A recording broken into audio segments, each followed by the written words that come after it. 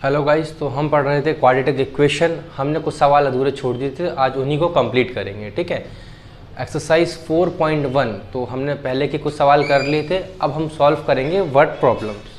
तो स्टार्ट करते हैं। पहला क्वेश्चन है, मैं बोर्ड पे लिख देता हूँ ना, ज़्यादा ठीक रहेगा। The area of a rectangular plot, the area of a rectangular plot is 528 meter square. The length of plot, the length is 1 meter more, 1 meter more than twice its breadth। ठीक है ना। The area of a rectangular plot is 528 metre square, the length is 1 metre more than twice its breadth. Find L and B, find L and B. ठीक है ना। तो इसमें हमको खैर फाइंड नहीं करना है, हमको सिर्फ इसको क्वाड्रेटिक इक्वेशन बनाना है। मतलब इस वर्ड प्रॉब्लम को पढ़ के समझ के इसको एक क्वाड्रेटिक इक्वेशन के फॉर्म में लिखना है। ठीक है, इतना ही करना है, बाकी सॉल्व करना तो हम आगे सीखेंगे।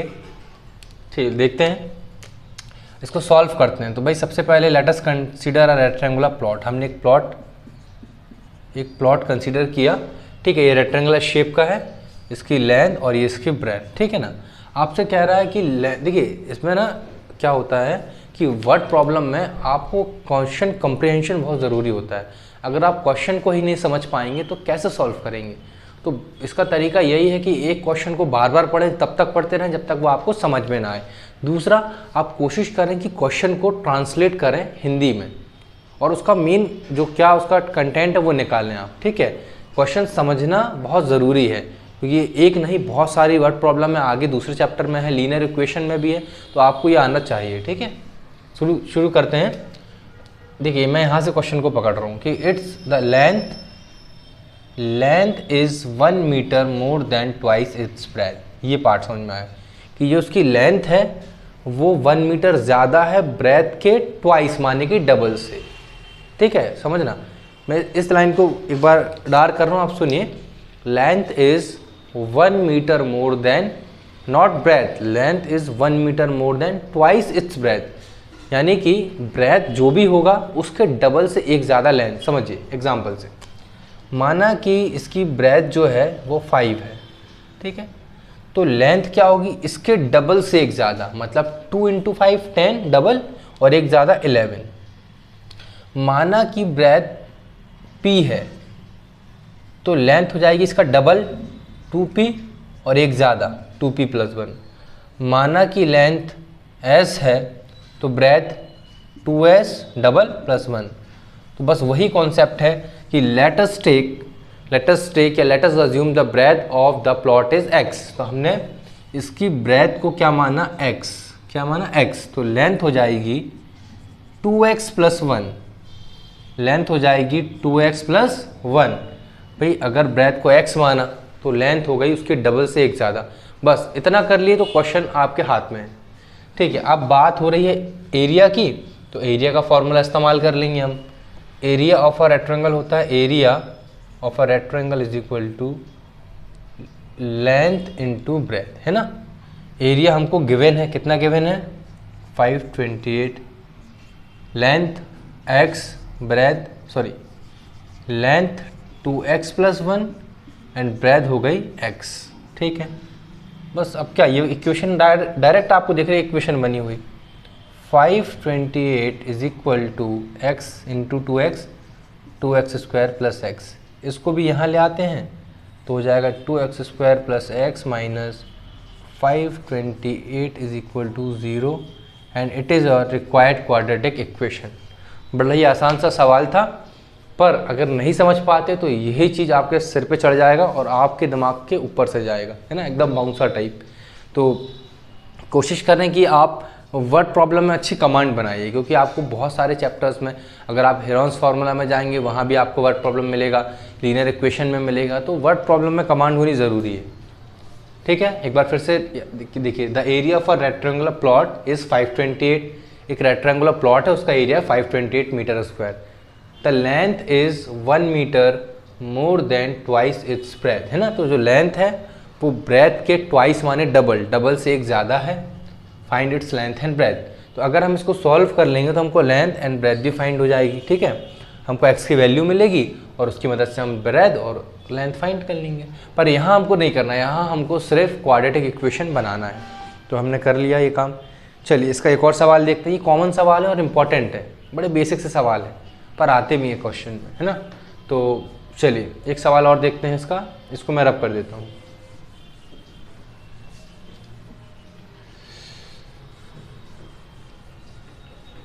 सवाल लिखना बड़ा बोरिंग काम लगता है नहीं। चलिए नेक्स्ट है, the product of two consecutive positive integer is 306। यहाँ दिख रहा है ना आपको, अगर बोर्ड चमक रहा है तो यहाँ लिख देता हूँ, the product of two consecutive the product of two consecutive positive integer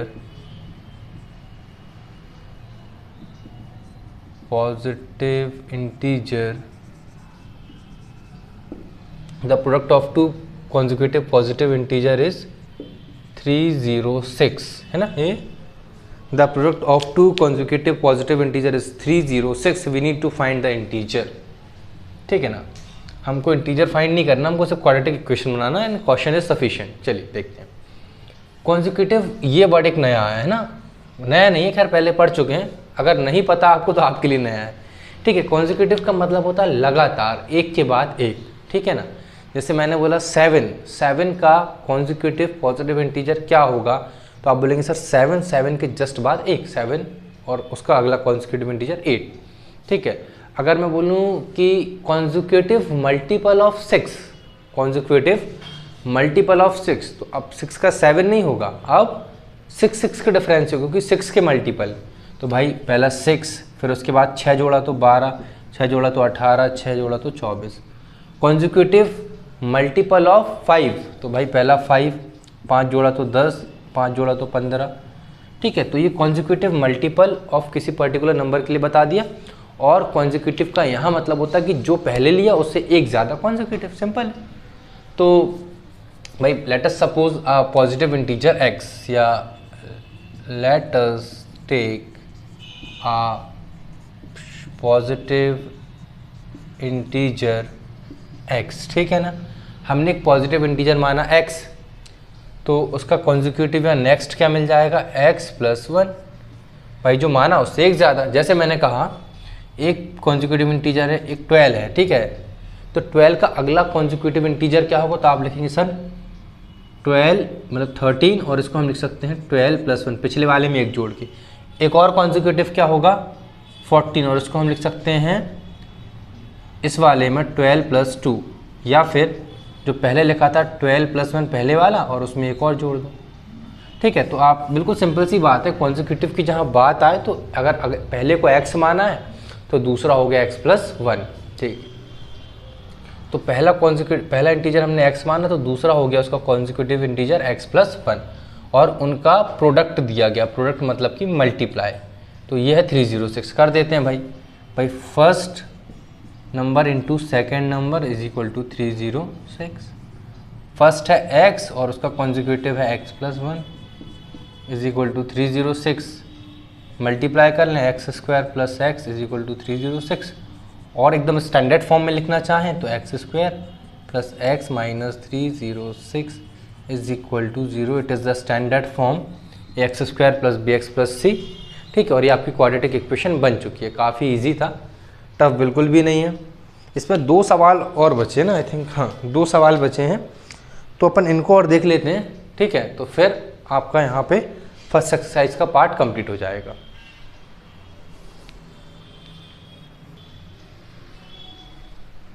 चलिए ना, इसको मिटा के अपन थर्ड क्वेश्चन की ओर बढ़ते हैं। ये आपको समझ में आ गया होगा ना। चलिए थर्ड क्वेश्चन बड़ा सा है, लिखने का मन नहीं कर रहा है तो मैं आपको बोल के बता देता हूँ, ठीक है। देखिए थर्ड क्वेश्चन है, पढ़ रहा हूँ मैं। Rohan's mother is 26 year older than him. भाई रोहन एक आपका फ्रेंड है रोहन, और उसकी जो मदर है वो उससे 26 ईयर ओल्डर माने बड़ी, यंगर माने छोटी, है ना। तो ये शब्द मैथ्स की टर्मोलॉजी है जो आप कई जगह यूज़ होंगी। तो Rohan's mother is 26 year older than him. Rohan की जो मदर हैं वो रोहन से 26 ईयर ओल्ड है, मतलब बड़ी है, ठीक है। The product of their ages 5 years 3 years from now will be 360। What would be the Rohan's present age, ठीक है। देखिए आपसे क्वेश्चन कह रहा है कि जो रोहन है, ठीक है, Rohan mother is 26 year older than him. चलिए मैं लिख देता हूँ, ज़्यादा अच्छे से आपको समझ में आएगा।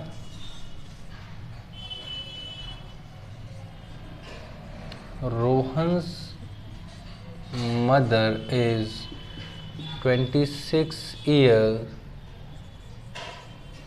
older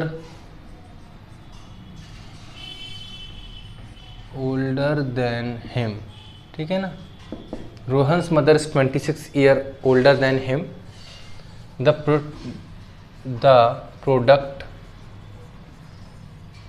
product of their edges 3 years from now, इस लाइन को ज़रा ध्यान दीजिएगा। 3 years from now will be 360। We need to find the present age of Rohan, ठीक है। मीन्स क्वेश्चन आपका यही है, Rohan's mother is 26 year older than him. The product of their edges is 3 years from now will be 360, है ना, ठीक है। देखिए 3 years from now, ठीक है, 3 years from now का मतलब है आज से 3 साल के बाद, है ना। 3 years from now मतलब आज से, प्रेजेंट से, जो प्रेजेंट है उससे 3 साल बाद, ठीक है। 3 years from now। अच्छा, अगर आप नहीं समझ पाते हैं कि नाउ, टिल, हैंस, लेटर, तो कंफ्यूज मत होइए। आप इंग्लिश थोड़ी बहुत अगर बनती है तो आप बस ये पकड़िए कि विल लिखा है। विल कब आता है? फ्यूचर टेंस में आता है। जैसे आई विल प्ले, मैं खेलूँगा, है ना, विल। तो अगर भाई विल आ रहा है तो आप समझ सकते हैं कि विल आ रहा है माने कि ये फ्यूचर की बात हो रही, मतलब आज से कुछ समय बाद। तो इतना समझ जाइए तो भी आपका काम बन जाएगा।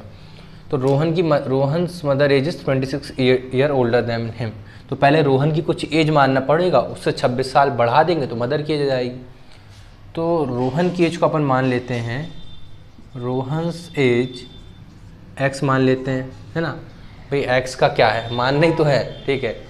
रोहन्स एज मान लिए एक्स, ठीक है। और तो मदर की एज क्या निकल आएगी?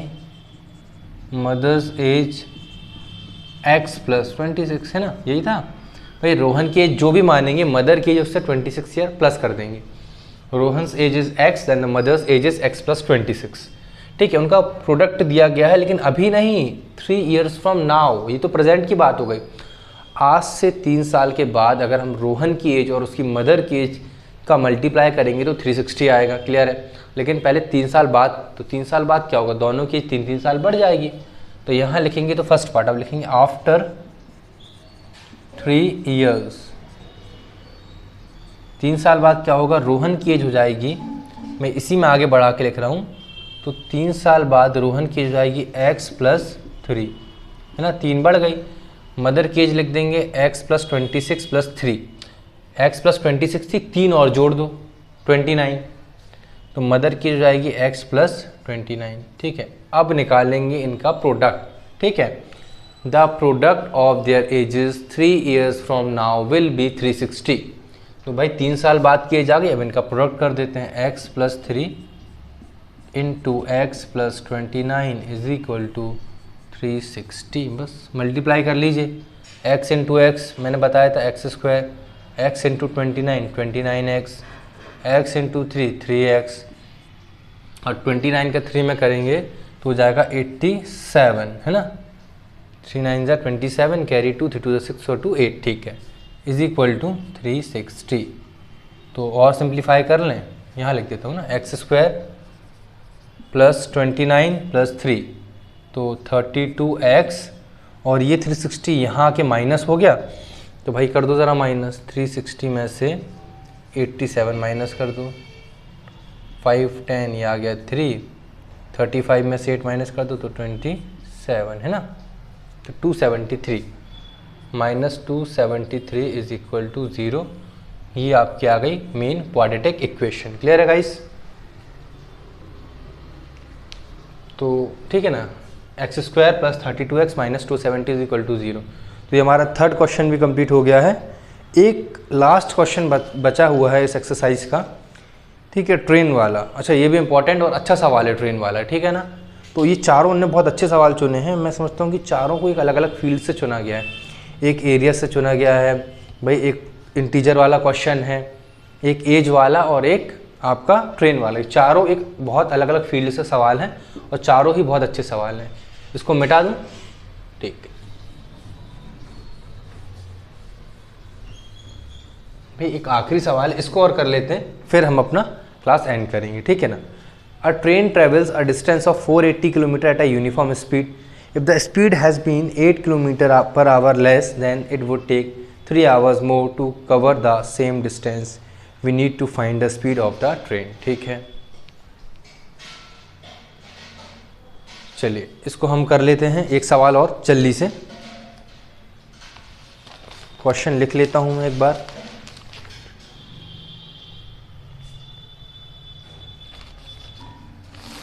ठीक है, अच्छा क्वेश्चन लिखने से अच्छा मैं काम करता हूँ ना यार, आपको ऐसे बता देता हूँ, काफ़ी बड़ा क्वेश्चन है। देखिए, अ train travels a distance of 480 kilometre at a uniform speed. एक ट्रेन है जो भाई डिस्टेंस ट्रेवल कर रही है 480 किलोमीटर्स का।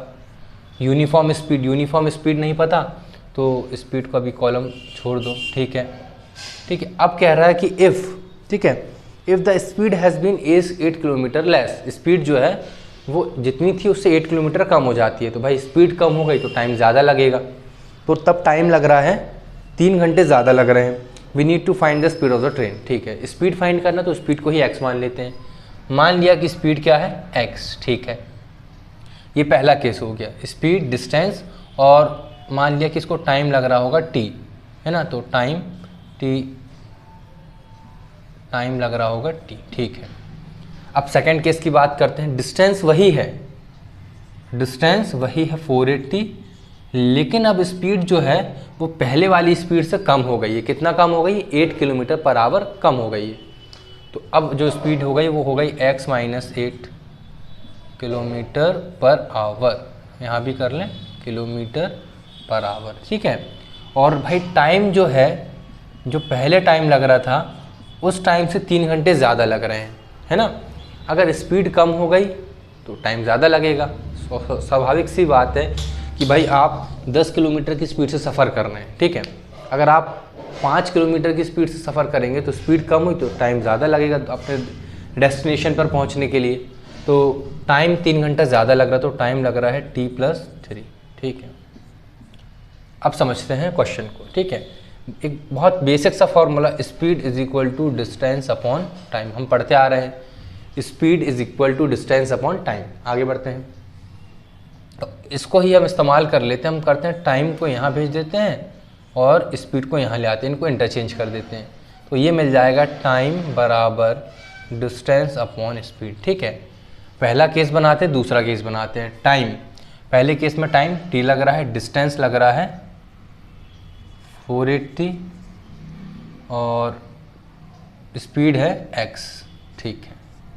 सेकेंड केस की बात करें तो टाइम लग रहा है t+3 और डिस्टेंस वही है 480 और स्पीड है x माइनस 8। चलिए, इतना क्लियर है, ठीक है। अब देखते हैं हम क्या करते हैं। हम इस t को यहाँ ले आते हैं। तो इस सेकंड इक्वेशन की बात करें, फर्स्ट इक्वेशन, सेकंड इक्वेशन, इस t को यहाँ ले आते तो हो जाएगा 480 upon x minus 8 minus t is equal to 3, है ना। इस t को हमने माइनस कर दिया और बचा 3। अब इस t की वैल्यू हम यहाँ से उठाते हैं और यहाँ पे रख देते हैं, है ना। तो ये मिल जाएगा 480 upon x minus 8 minus 480 upon x is equal to 3। इतना समझ में आया कि नहीं आया? बिल्कुल है। अब हमारी इक्वेशन फॉर्मेट में आने के लिए रेडी है, जैसा पहले क्वेश्चन में किया था। अब हम यहाँ से इसको क्या करते हैं, 480 यहाँ से और यहाँ से कॉमन ले लेते हैं। मैं यहाँ सॉल्व करता हूँ इसके आगे का सवाल। 480 कॉमन ले लिया, बचा क्या, 1/x minus 8 minus 1/x is equal to 3। ठीक है ना।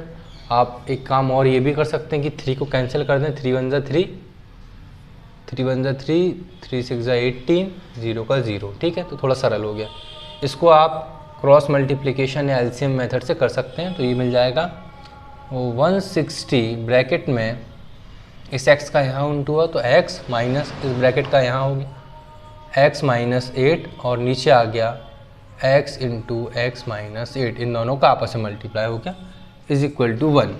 ठीक है, यहाँ तक क्लियर है? आगे बढ़ते हैं। देखिए यहाँ से जब इस ब्रैकेट को ओपन करेंगे, बिल्कुल एक एक स्टेप में आपको आराम से बता रहा हूँ कि भाई जो स्टार्टर है उसको भी कोई दिक्कत ना हो, जो भाई स्टूडेंट है शुरू कर रहा है बिल्कुल बेसिक्स, उसको भी कोई दिक्कत ना हो। देखिए ये माइनस एक्स और ये माइनस माइनस प्लस 8, नीचे इंटू कर लें x into x, x square minus 8x बराबर 1। इससे ये कट गया। ठीक है, तो 8 का आप 6 में कर लीजिए तो हो जाएगा 8 0 = 0, 8 6 = 48, कैरी 4, 8 1 = 8 और 4 12, 112 इतना एक्स स्क्वायर माइनस 8x बराबर 1। ठीक है ना। देखिए ये कैंसिल होगा, 8 का इधर 160 का 8 में इंटू कर लिया। ठीक है, अब बस एक लास्ट स्टेप बचा है, इसको उठा के यहाँ भेज दीजिए। डिवाइड में तो मल्टीप्लाई में हो जाएगा, तो ये हो जाएगा 1280 is equal to x square minus 8x, और फॉर्मेट में लिखें तो ऐसे हो जाएगा x square minus 8x minus 1280 is equal to 0। है ना, ये आपकी रिक्वायर्ड इक्वेशन आ गई। तो भाई मैं समझता हूँ कि चारों सवाल बहुत इंपॉर्टेंट हैं, क्योंकि ये चारों एक अलग अलग टाइप के सवाल हैं। मतलब इनमें से कोई भी कॉमन सवाल नहीं है, एग्ज़ाम में ये चारों इंपॉर्टेंट टाइप बनते हैं। ठीक है, तो इन चारों सवाल की आप बहुत अच्छे से प्रैक्टिस करिए। क्लियर है? और पहली एक्सरसाइज कंप्लीट कर लिए, बहुत जल्दी मिलेंगे सेकंड एक्सरसाइज के साथ। ठीक है, तब तक इन सवालों की आप प्रैक्टिस करिए और क्वेश्चन कंप्रीहेंशन बढ़ाइए। आप जितना ज़्यादा क्वेश्चन को समझ पाएंगे उतनी ही आसानी से इनको सॉल्व भी कर पाएंगे। ठीक है, तो ठीक है मैं हट जाता हूँ, चाहे तो स्क्रीनशॉट ले लीजिए। आज के लिए इतना ही।